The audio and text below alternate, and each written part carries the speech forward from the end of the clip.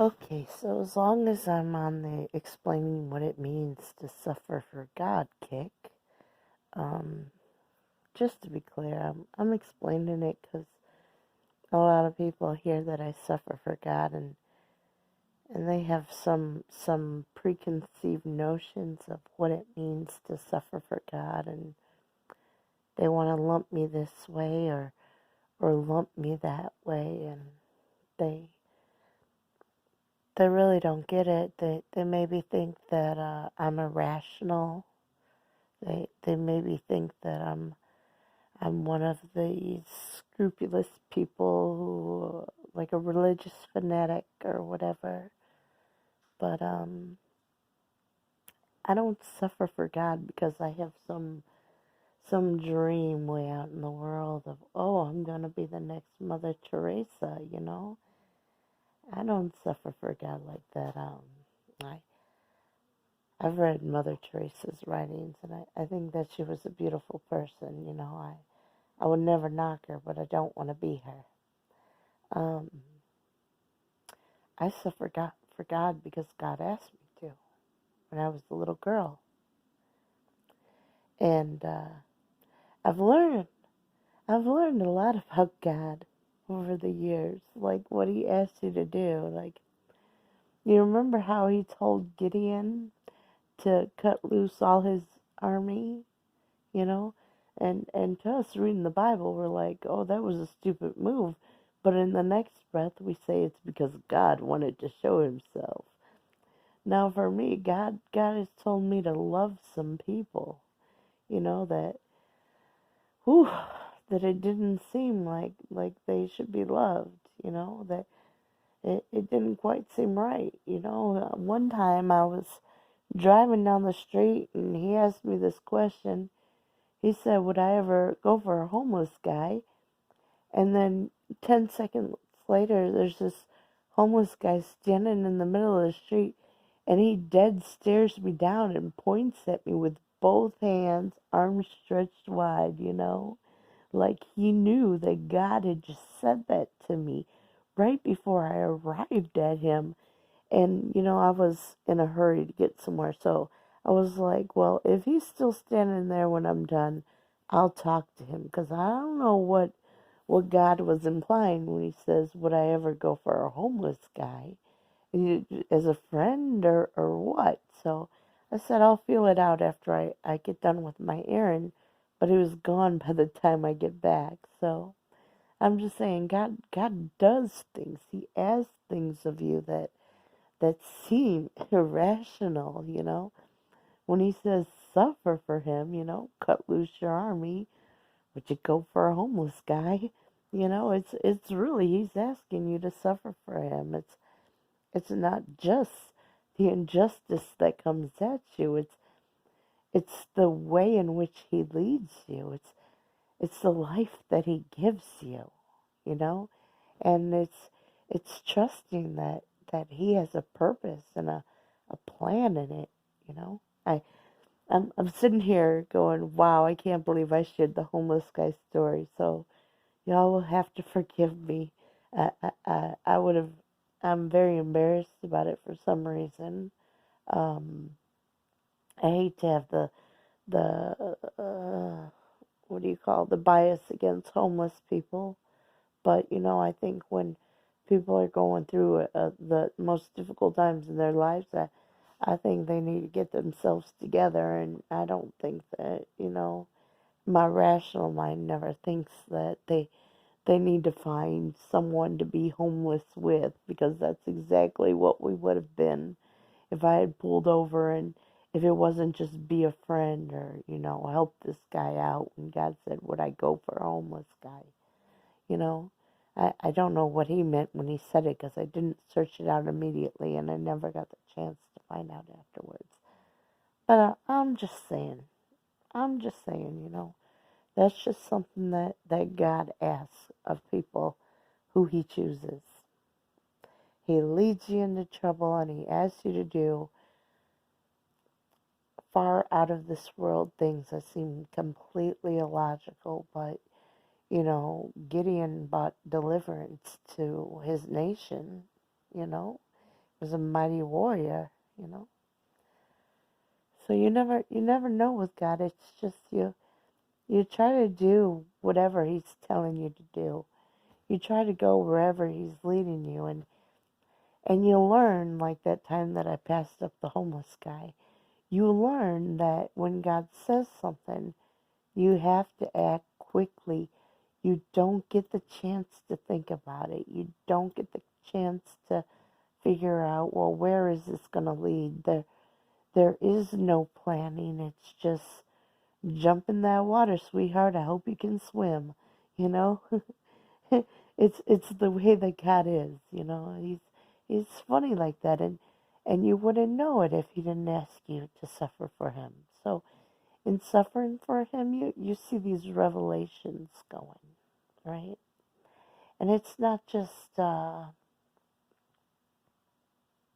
like His character that's being revealed, like how He tells you with all His confidence, how He wants to give you the best life possible and bring victory in your life. And he tells you to do something that seems completely illogical, but that's just because He doesn't want it done by your hands. He wants it done by His hands. And because you got covenant with Him, He wants to know, will you trust Him? Will you do what He says to do, you know? So, yeah. Well, when I started recording this video, I was thinking of speaking along the lines are there rules to suffering for God? And I wanted to communicate some of the rules that have been given to me over these years, you know? God is kind of fickle. He doesn't speak a lot, but he lets you know when you're on the wrong path. He gives you a lot of don'ts. He doesn't give you a lot of do's, you know. When He gives you the do's, they're things like, hey, go for that homeless guy, you know. But when He gives you the don'ts, it's don't leave this bad situation. When I was a kid, I got a don't and I didn't listen. And then my life got much more worse after that. You know, you hear the don'ts with Him. Whenever we're in a bad situation, you know, our first instinct, if we can't solve the problems that we're in, you know, if we're not big enough to handle what we're in, then, you know, our instinct is to get out of it. And that was my thing when I was a kid. But then I learned that if you get out of it, it's going to multiply. It's going to grow. Because you got to deal with things right where you are. And sometimes it's necessary to fight to the death, you know. I think that's why I'm still standing here, because I'm not running. I'm I'm not trying to get out of it. I'm not I'm not trying to escape my problems, you know. I'm gonna turn my face like flint and look my problems straight in the eye, and you know, I'm gonna hold my own, you know. I'm gonna stay true to myself, and I'm gonna stay true to what's true, and I'm gonna call people on BS where there's BS, you know. I'm not gonna run from it. If we're gonna have this face off, if I run, it's gonna multiply. It's gonna be much bigger than I can stand. And it's much bigger than I can stand right now. So let me not let it multiply anymore. We're going to have this face off. If one of us is going to die, then let it be here, let it be now. You get it? So the rules are, you don't run from trouble. Even when you're fighting against liars. Even when you're fighting against cheaters. Even when it seems like there's no way you're going to win it. You don't run from trouble. Because if you do, it'll just multiply. God, he's kind of funny, you see. He's got seasons of life. And when you're in a season of trouble, you know, it's going to be followed by a season of restoration and peace, you know, reconciliation, you know. But you can't get into that reconciliation and restoration if you're not willing to face the trouble, if you're not willing to stand there and look it eye to eye and say, I don't need nobody to fight for me. I can stand right here with God. This is the truth I'm standing on. And I know that God is holding me up. I know that God is with me. I ain't running. I don't need nobody to fight with me. I don't need nobody to agree with me. I can stand. But that's all I can do is stand. I can stand, you know? So that's kind of a rule of it. You can't run. If you run, it multiplies, you know? Another thing, you can't kill. I've heard, like, the troubles in my youth. Um, one of my antagonists was almost held accountable, and God, right before, he was going to go to trial and whatnot, God says to me, he'll die. And when God says it in the tone of voice that he says it, you know that God doesn't want you responsible for someone else's death. You know that God loves that person just as much as he loves you. He knows that they're wrong, but he's trying to help them. And if they gotta wait, how many years do they go to prison before they can work on themselves? They may be lost forever. They may die, Pardon me. And God, he kind of works on people when he works on them. He kind of knocks you on your butt. He uses your body as a prophet to tell you. That guy, you made his kidneys fail one time. That guy, he gave him a plague of boils one time. That guy, he kind of went bald, got old and fat. God has ways of dealing with people to let them know that, you're wrong in this life. And if only we knew God, like on a more global scale, like if everybody knew God the same, that your body is a prophet, that God is speaking to you through your body, that you might understand that though you don't hear the don'ts, though you don't hear the rebukes, you see that rash, you see that boil, you know that you messed up with God and you got to get right, Now, I'm saying he's got rules. We're not allowed to kill each other. Though they try to kill me, God sustains me, I can't kill. Um, what else?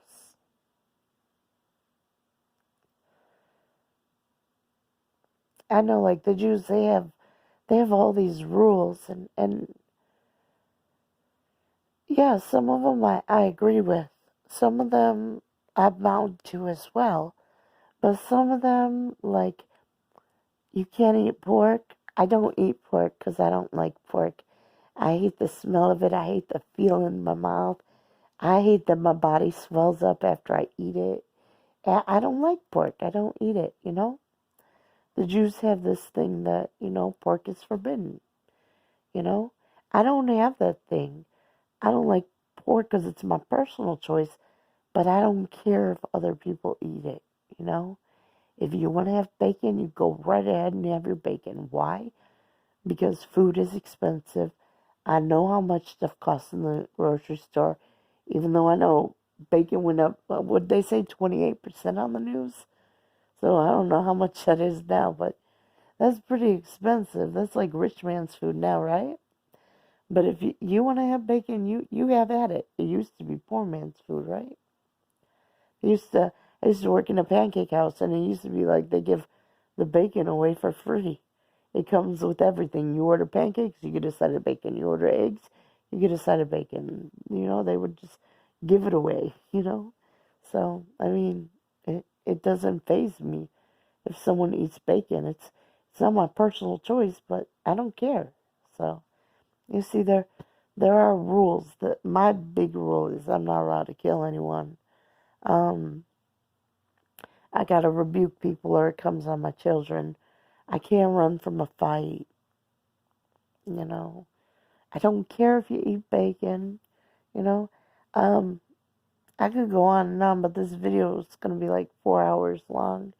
And that's just like the major stuff that I want to just share on here. I do have other rules, like I don't gossip. I feel horrible when I gossip. Guilt eats me alive inside. Like I oh, one of my do rules. You gotta leave room for redemption. So I think that if you're always talking about things, right? You don't let stuff die. And eventually people need to move on from stuff. Not just like victims need to move on from stuff, but the perpetrator needs to move on from stuff. God has ways of working people, of changing people, you know? And you have to allow God room to redeem them, you know? That's a big rule for me. I forgot to leave that one in. Maybe it's because it's so late at night. Um, the Jews have that rule too. They call it the laws of Lashon Hara. So, and they actually have things, um, they tell you about your body, you know, they believe that your body's a prophet too. They tell you about if you speak Lashon Hara, you're going to get a rash on your arms.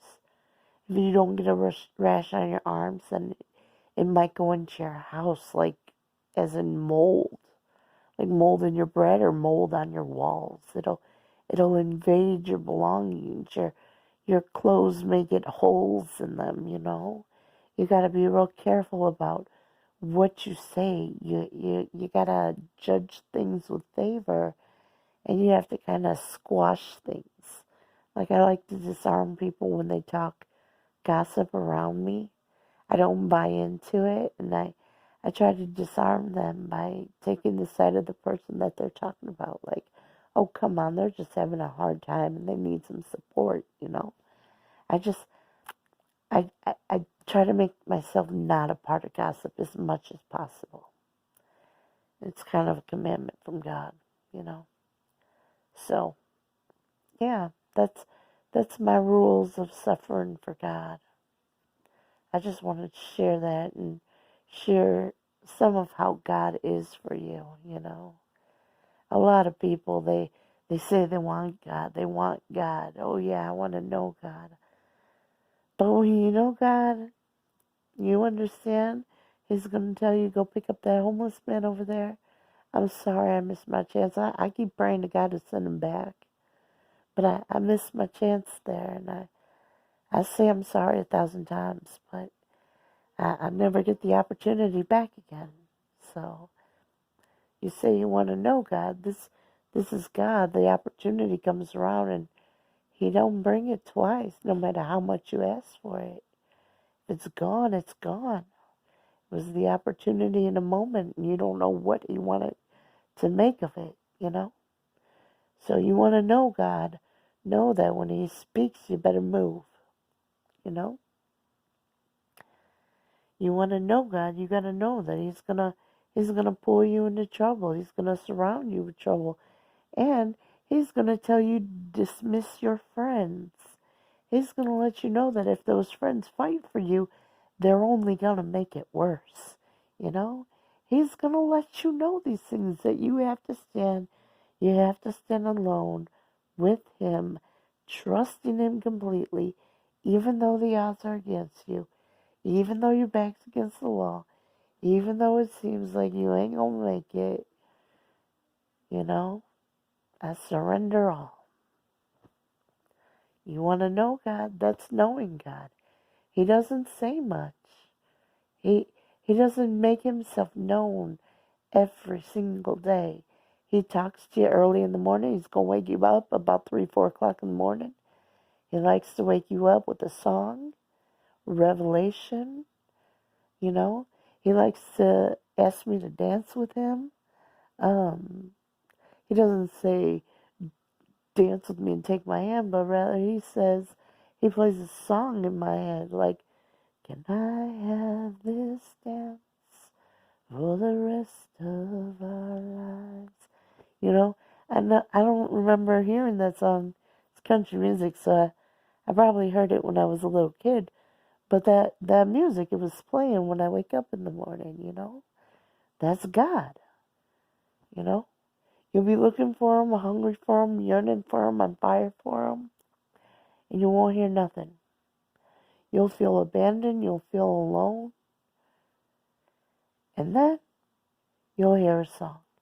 Or you go to the grocery store and it'll seem like everything's going wrong, your cards won't work, and he'll show up and say free. You know, he's not predictable, he's not always consistent, he's very stern, don't make him mad, he won't talk to you for a while. You gotta sing to him. He loves when you sing to him. You know?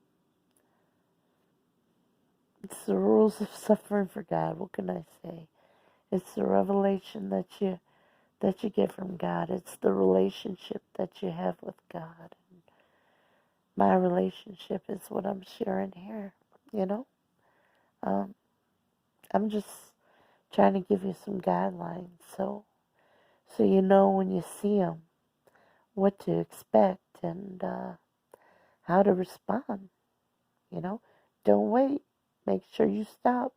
Even if it seems irrational, you hear it, you know it's him, because the man's pointing at you with two fingers with his arms outstretched. You know that's God because he just said it 30 seconds beforehand, before the man came into your eyesight. You better think fast. Pull that car over and stop, you know. Seems totally illogical.